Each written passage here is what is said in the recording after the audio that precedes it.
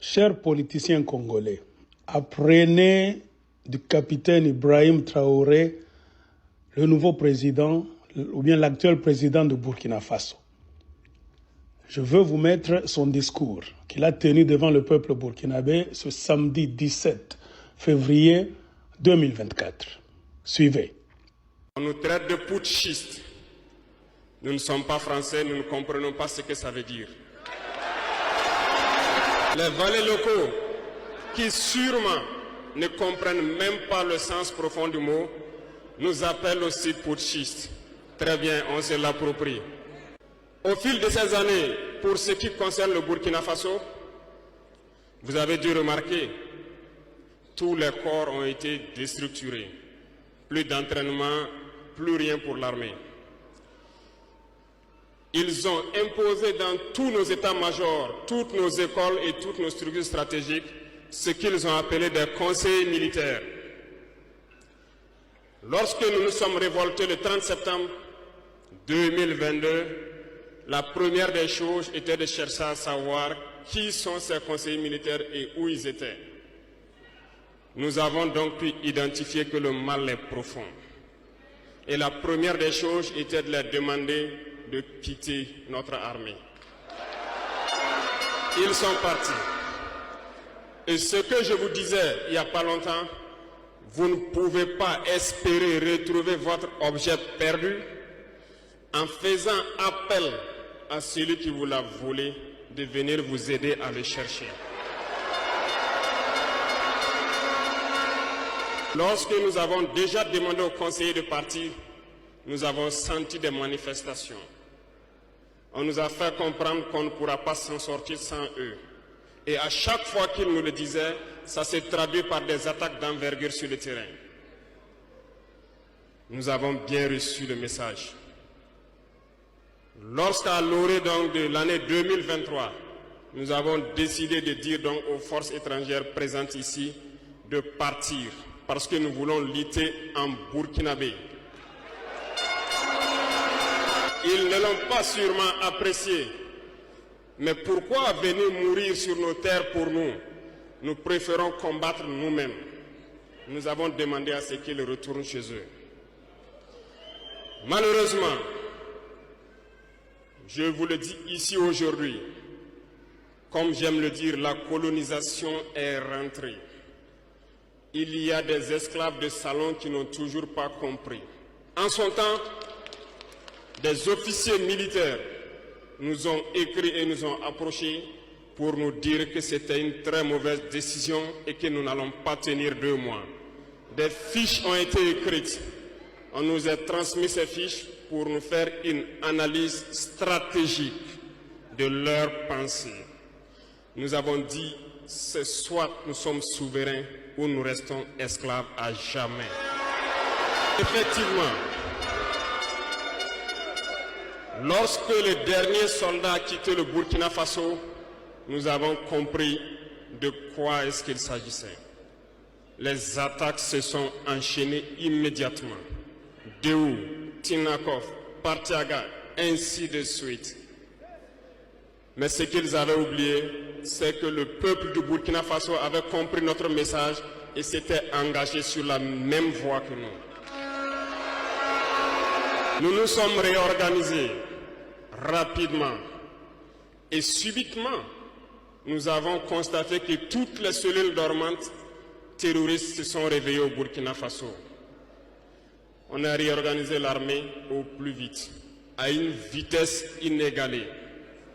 Nous avons créé plusieurs unités et même si plusieurs autres sont à venir, nous les avons équipées. Et aujourd'hui, cet équipement se poursuit parce que dans les jours à venir, les mois à venir, ce que vous allez voir venir au Burkina Faso doit faire de notre armée une puissance à craindre. Nous n'allons pas lésiner sur les moyens. Nous avons compris que le combat qui est engagé contre l'impérialisme sera dur, très dur. Mais seuls les durs vont passer et les Burkinabés sont des durs. Et nous allons passer. La CEDEAO n'a jamais fait un communiqué pour féliciter une victoire de nos armées.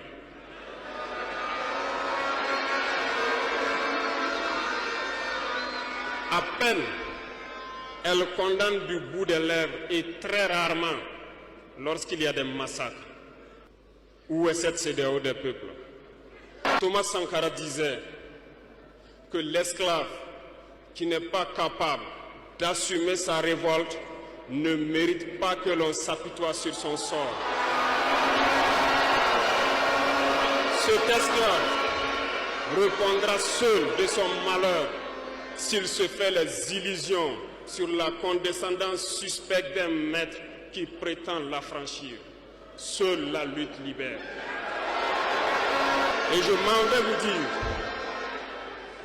que si pour se libérer, un esclave se fait des illusions sur la providence d'une croyance que son maître lui a imposée pour le maintenir dans les ténèbres, il se fout le doigt dans l'œil. Il restera à jamais aveugle dans les ténèbres et ne verra jamais le jour. C'est un message à toute l'Afrique. Et le Burkina Faso est solidaire et soutient tous les peuples d'Afrique qui souffrent le martyre. Mais nous voulons aussi dire qu'il est temps que les Africains arrêtent de s'apitoyer sur leur sort, de se morfondre, de se lamenter. Il faut lutter. Ça ne viendra pas du ciel tout seul. Il faut lutter d'abord et Dieu va vous aider. Et le Burkina Faso est prêt à aider tous les peuples qui vont mener cette lutte. Dites-leur à tous ces peuples qui se battent, il est temps qu'ils disent la vérité à leurs dirigeants. Au Burkina Faso, lorsqu'il s'est agi pour nous de contribuer donc pour que le FDS soit équipé, les députés n'ont plus de salaire aujourd'hui. Ils n'ont que des indemnités de session. Les salaires des ministres ont été diminués au maximum et le peuple contribue. Vous ne pouvez pas lutter et vouloir que les dirigeants soient dans un luxe insultant. Les peuples doivent se réveiller et exiger cela de leurs dirigeants.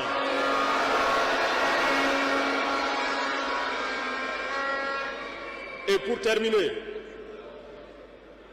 je lance donc un appel à tous les peuples de l'AES, à travers vous, pour qu'ils restent unis et solidaires. Toute souffrance a une fin. La lutte que nous avons engagée est dure, mais il faut rester la tête sur les épaules parce que l'arme fatale de l'impérialisme reste la manipulation à travers la communication. Sachez reconnaître les valets locaux, sachez reconnaître les esclaves de salon, sachez reconnaître tout ceux-là qu'on soudoie pour venir vous vendre de fausses informations. Pour vous-même, restez serein et ne vous divisez pas. Parce que l'impérialisme a 1000 manèges dans son sac. Vous devez être vigilant. Vigilant et très vigilant. Je pense que vous venez de suivre le discours du capitaine Ibrahim Traoré. Mais regardez au Congo. Après 26 ans de guerre, de mensonges, de massacres, de génocide du peuple congolais, politiciens congolais, vous êtes toujours en train de refaire le même jeu. S'asseoir avec Kagame, Museveni, dans les capitales de l'Afrique, utilisant la même méthode, et vous croyez que vous allez trouver une nouvelle solution? Changez de méthode avant qu'il ne soit trop tard. Merci.